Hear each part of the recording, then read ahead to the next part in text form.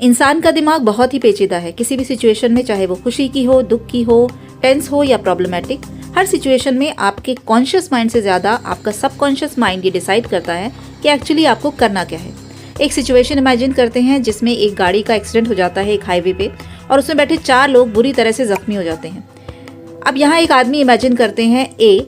ये ए अपनी गाड़ी को इस एक्सीडेंट वाली गाड़ी के पास रोकता है और इन लोगों की हेल्प करता है। ये इनके घर वालों को फ़ोन करता है और इसके साथ ही एम्बुलेंस भी बुलाता है, और एम्बुलेंस में बैठकर इन्हीं के साथ हॉस्पिटल तक जाता है और ये अश्योर करता है कि ये चारों लोग ठीक ठाक हैं।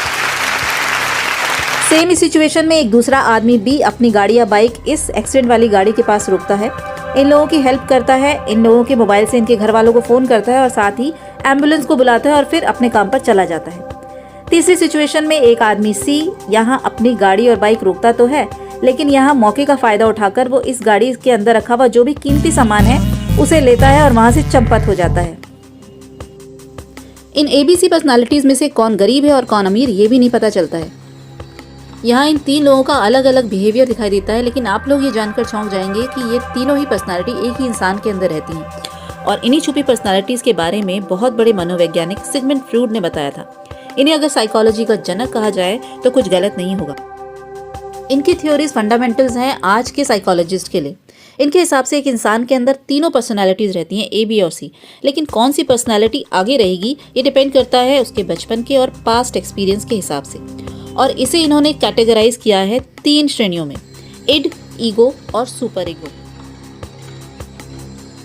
सिगमंड फ्रॉयड की थ्योरीज और क्रिटिसिज्म साथ साथ ही चलते थे, खासकर उनकी जो विमेन को लेकर पर्सपेक्टिव था कि विमेन जो होती हैं वो पेनिसन भी होती हैं और इसी एंग्जाइटी और सेंस ऑफ इन्फीरियरिटी में वो अपना पूरा जीवन जीती हैं। उनके हिसाब से विमेन मेन से इन्फीरियर होती हैं, लेकिन कई साइकोलॉजिस्ट ने इसका पुरजोर विरोध किया। उनमें से एक थी कैरन हॉर्नी और दूसरी थी उनकी खुद की ग्रैंड डॉटर सोफी फ्रॉयड।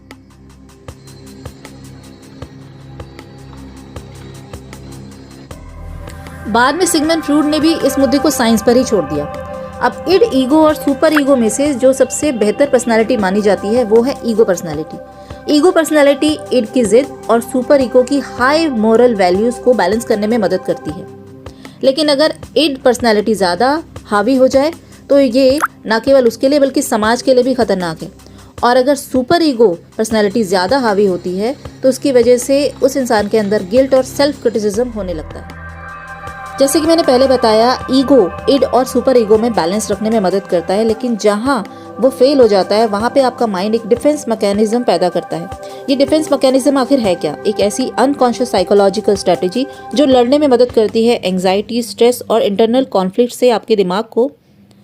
ये कई तरह की होती है, जैसे कि primitive defence mechanism, intermediate defence mechanism, mature defence mechanism और कॉमन मैकेनिज्म। अब ये इतनी सारी मैकेनिज्म के बारे में समझा पाना तो एक वीडियो में मुश्किल है, लेकिन हाँ, मैं आपको कुछ एग्जाम्पल से इसके बारे में ज़रूर बता सकती हूँ। एक एग्जाम्पल लेते हैं जहाँ एक बॉस अपने एम्प्लॉय को बुरी तरह से डांट रहा है। एम्प्लॉय उसका विरोध नहीं कर पाता क्योंकि उसे अपनी नौकरी खोने का डर है, लेकिन घर आकर वो यही गुस्सा अपनी बीवी पर निकालता है, जिसका असर उसके बच्चों पर भी पड़ता है। यहाँ जो एम्प्लॉय है उसके लिए बीवी और बच्चे एक सॉफ्ट टारगेट है, जिसे उसे पता है कि उसे कोई हानि नहीं पहुंचेगी। इसी तरह से एक दूसरा एग्जांपल लेते हैं जहाँ पे एक बहुत ही एग्रेसिव टेंडेंसी वाला इंसान है जो हमेशा गुस्से में रहता है और अपना गुस्सा कहीं निकालना चाहता है। तो वो क्या करता है, वो एक प्रोफेशनल बॉक्सर बन जाता है और एक सोशली एक्सेप्टेबल तरीका ढूंढता है अपनी एग्रेसिव टेंडेंसी को बाहर निकालने का। और अगर आप भी एक अग्रेसिव टेंडेंसी के इंसान हैं तो यकीन मानिए जिम में बॉक्सिंग करना और पसीना बहाना सबसे अच्छा सोल्यूशन है इन भावनाओं को बाहर निकालने का। एक और एग्जांपल में आपने कई लोगों को देखा होगा कि अपनी ट्रू फीलिंग्स छुपाते हैं। किसी इंसान की गुड बुक्स में आने के लिए उसे नापसंद करते हुए भी उसकी तारीफों के पुल बांधते हैं और किसी खास ग्रुप में जगह बनाने की कोशिश करते हैं या जगह बनाकर रखते हैं। आई एम श्योर आपके आसपास भी ऐसे कई लोग होंगे।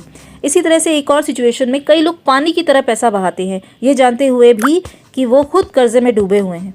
ये उनकी अपनी सेल्फ मोटिवेशन को बढ़ाने का एक तरीका होता है, जहां वो ये एक्सेप्ट करने को तैयार नहीं होते कि वो किसी तरह से परेशानी में है, मजबूरी में है या उनके पास कोई पैसे की कमी है। ऐसे लोगों को देखकर हम लोगों को ये सोचने पर मजबूर हो जाना पड़ता है कि आखिर हम लोग इतना खर्चा क्यों नहीं कर पा रहे। जबकि हमारे पास खर्च करने के लिए उनसे कहीं ज़्यादा है। एक और एग्जाम्पल में एल्डरली लोग तरह तरह के टैंट्रम शो करने लगते हैं, बहुत ज़्यादा रोने लगते हैं, चीखने चिल्लाने लगते हैं, ऐसे लोगों से बात करने लगते हैं जो इस दुनिया में है ही नहीं और ये मानने को भी तैयार नहीं होते। ऐसे लोग इस तरह के ट्रॉमा से बाहर निकलना ही नहीं चाहते। इनके इस तरह के बिहेवियर को देखकर ये बिल्कुल यकीन नहीं होता कि ये वही लोग हैं जिन्होंने कभी हमारी छोटी से छोटी ज़रूरत का ध्यान रखा था। साइकोलॉजी से रिलेटेड कई हिंदी मूवीज़ भी बनी हैं, जैसे फिल्म वनवास जो नाना पाटेकर की है। इसमें इनकी वाइफ का देहांत हो जाता है, लेकिन इसके बावजूद भी वो यही इमेजिन करते हैं कि इनके वाइफ इनके आसपास ही है। ऐसी ही एक दूसरी फिल्म है आंखों देखी, जिसमें संजय मिश्रा ने काम किया है। इसमें लाइफ की उधेड़ बुन को सुलझाते सुलझाते ये एंड में एक बहुत ही टफ डिसीजन लेने के लिए मजबूर हो जाते हैं, और ये टफ डिसीजन होता है अपनी लाइफ को ओवर करने का। इस तरह के टफ डिसीजन आप ना लें, इसके लिए आपका माइंड इस तरह के डिफेंस मैकेनिज्म पैदा करता है, लेकिन कई बार ये डिफेंस मैकेनिज्म आपके आसपास के लोगों के लिए परेशानी का सबब बन जाते हैं। लेकिन इससे निपटने के भी कई उपाय हैं, जिन्हें अपनाकर आप अपनी और अपने आसपास के लोगों की लाइफ को इजी बना सकते हैं। सबसे पहला जो तरीका है वो है सेल्फ अवेयरनेस का, यानी खुद को जानना कि मेरे अंदर कोई प्रॉब्लम है। जब तक आप ये आइडेंटिफाई नहीं करेंगे कि कोई प्रॉब्लम चल रही है तो उसका सोल्यूशन भी नहीं निकाल पाएंगे, और जैसे ही आपके माइंड में ये चीज़ घुस जाएगी कि कोई प्रॉब्लम है तो उसका सोल्यूशन भी आप आसानी से खोज पाएंगे। अगला स्टेप है उन सिचुएशंस और इमोशंस को आइडेंटिफाई करना जिनकी वजह से आप ये मैकेनिज्म यूज़ करते हैं। साथ ही साथ एंग्जाइटी लेवल चेक करना कि किन सिचुएशन में आपकी एंग्जाइटी ज़्यादा बढ़ जाती है। नेक्स्ट स्टेप है अपने इमोशंस को एक्सेप्ट करना। लाइफ में जितने भी दुख हैं, खुशी है, एंगर, ये सारी जो सिचुएशंस है ये लाइफ का हिस्सा है। इसके अलावा आप वल्नरेबल भी फील कर सकते हैं, और कोई भी इस दुनिया में परफेक्ट नहीं है। नेक्स्ट स्टेप है अपनी कुछ हेल्दी कोपिंग स्ट्रैटेजीज अपनाना, जैसे एक्सरसाइज करना, नेगेटिव थॉट को पॉजिटिव पर्सपेक्टिव में बदलना, और ऐसे लोगों से बात करना जिनसे बात करके आप हल्का महसूस करें, जो आपके वेल विशर हैं और आपका हमेशा अच्छा ही चाहेंगे। इन तरीकों के बावजूद भी अपने अंदर धैर्य लाना बहुत ज़रूरी है।